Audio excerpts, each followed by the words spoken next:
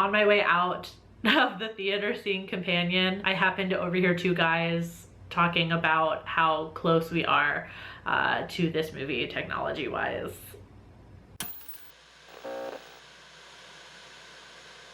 Written and directed by Drew Hancock, Companion is the latest in what's going to be the next big horror trend, which is AI gone scary.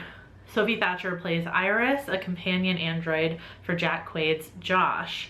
The couple go on a weekend getaway with Josh's friends, which quickly devolves into chaos when Iris kills one of the group. The main trailer that came out for Companion did give away that Iris was an android. I'll have a official spoiler section at the end that will talk about things beyond what is revealed in the trailer. So Companion ended up being more multi-layered than I thought it was going to be, covering both this like Black Mirror-esque type theme of technology, AI, and like the future of this technology and how humans might use this technology, as well as kind of being this allegory for realizing you're in a toxic relationship and getting out of it. An android girlfriend, boyfriend, partner, companion is something that I'm surprised isn't quite a thing yet, although we are kind of close to it. There are people that use stuff like ChatGPT in this way. And on my way out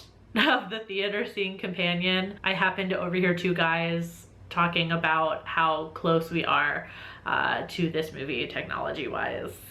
I felt that the movie played both of these ideas quite close to the surface. It doesn't delve deep into these topics, and it doesn't even really introduce anything new necessarily. These ideas kind of just have some new clothes, in a manner of speaking. But it ended up being a lot of fun to watch and a lot gorier than I thought it was going to be. Sophie Thatcher was incredible as Iris. The character goes through so much and has to play those elements as an android, like being in the middle of a highly emotional scene and being shut down.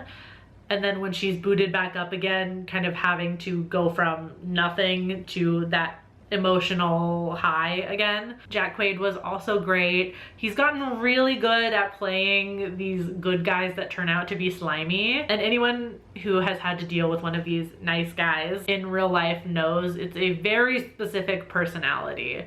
And this movie nails that. Like, Jack Quaid kind of nails that disturbingly. Like, every time his character is on screen, like I like, you can't help but cringe. Like, I just wanted to get as far away from him as possible. But that helps you being on Iris's side when she's trying to do anything to get away from him. It makes her motivations more realistic to the audience. I read in an interview with the director, Drew Hancock, that one of the earlier versions of this script was from Josh's point of view. And I'm so glad they changed it to what it is now. I found it much more interesting a concept to have the audience not only root for a non-human character, but empathize with her. We really get to see her become more and more human as the story progresses. And I don't know if that's something consciously done or if they were trying to say something about AI technology by making us root for the AI technology.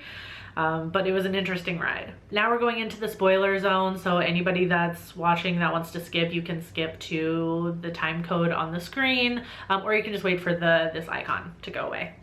As I mentioned before, at its bones, this is not a new story being told, both in the realm of AI technology and in this kind of like misogynistic relationship idea. But the way the reveals were done, I thought made the story interesting and entertaining despite the familiarity. We got that great emotional moment of realizing that Iris is an android, and the bigger plot reveal of Jack and his friend Kat setting this entire thing up to make some money. It made Josh even slimier as a character, especially as he breaks more and more down emotionally, and we get to see that he seems to enjoy very much manipulating these androids that are built to have an emotional connection to the user. When you think about that, like, Josh is evil. Like, he's really evil. It's so incredibly cruel what that character is doing when you think about it. I've seen a lot of reviews talking about how this is a feminist movie. I struggled with my rating because of the fact that thematically this movie isn't doing anything new. These feminist moments are coming from a cis man who will only ever have an outsider's perspective to this. So the moment, for example, when Iris has Josh's phone and she's going through the app that controls her and she sees that Josh had her intelligence level set to 40%. It's meant to be a kind of a funny moment when we see her reaction. And I think it brings up an interesting idea that when men make a quote unquote feminist movie, it's always about intelligence, as if the only toxic thing that men think about women is that we're stupid. It's very one note, actually, in my opinion. There is this moment though that I can't let go of, and I desperately want to know the intention behind this choice. It's when Iris is shot in the head and we think at this point she's damaged like fatally, like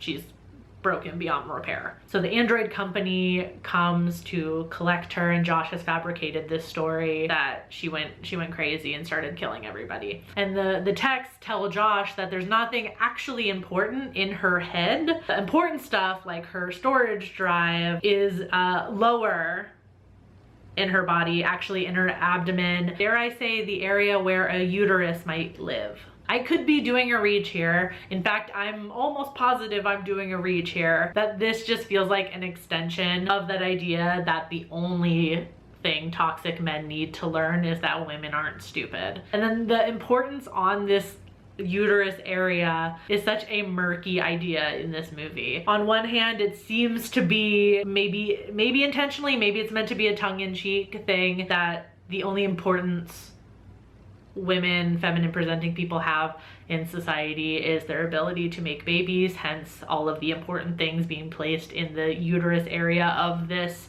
femme android. On the other hand, it's also kind of upholding very turfy ideas that all women or feminine presenting people either A, have a uterus, or B, have an ability or desire to make babies. I'll end this mini rant by sharing something that I saw the director say in an interview, that he didn't put a lot of thought into Empathics, which is the company in the movie that makes these androids. It seems kind of out of pocket for not having given a lot of thought to it, so I'm not sure. Overall, I did enjoy the movie despite it not really giving me anything new to think about. The packaging it was delivered in was entertaining and fun. I don't know that all of the reveals, like at the end of the day, I don't know if it gives the movie that much rewatch value, but I'm glad I at least got to go into it not knowing every single twist that was coming. I'll be excited to hear what you guys thought of Companion in the comments. I will see you later this week with what I think will be an incredibly controversial take on Terrifier, and not necessarily because of my opinions on the Terrifier movies, but because of something the director posted this week on his social media. If you know, you know. So see you then. Until then, stay strange. Bye.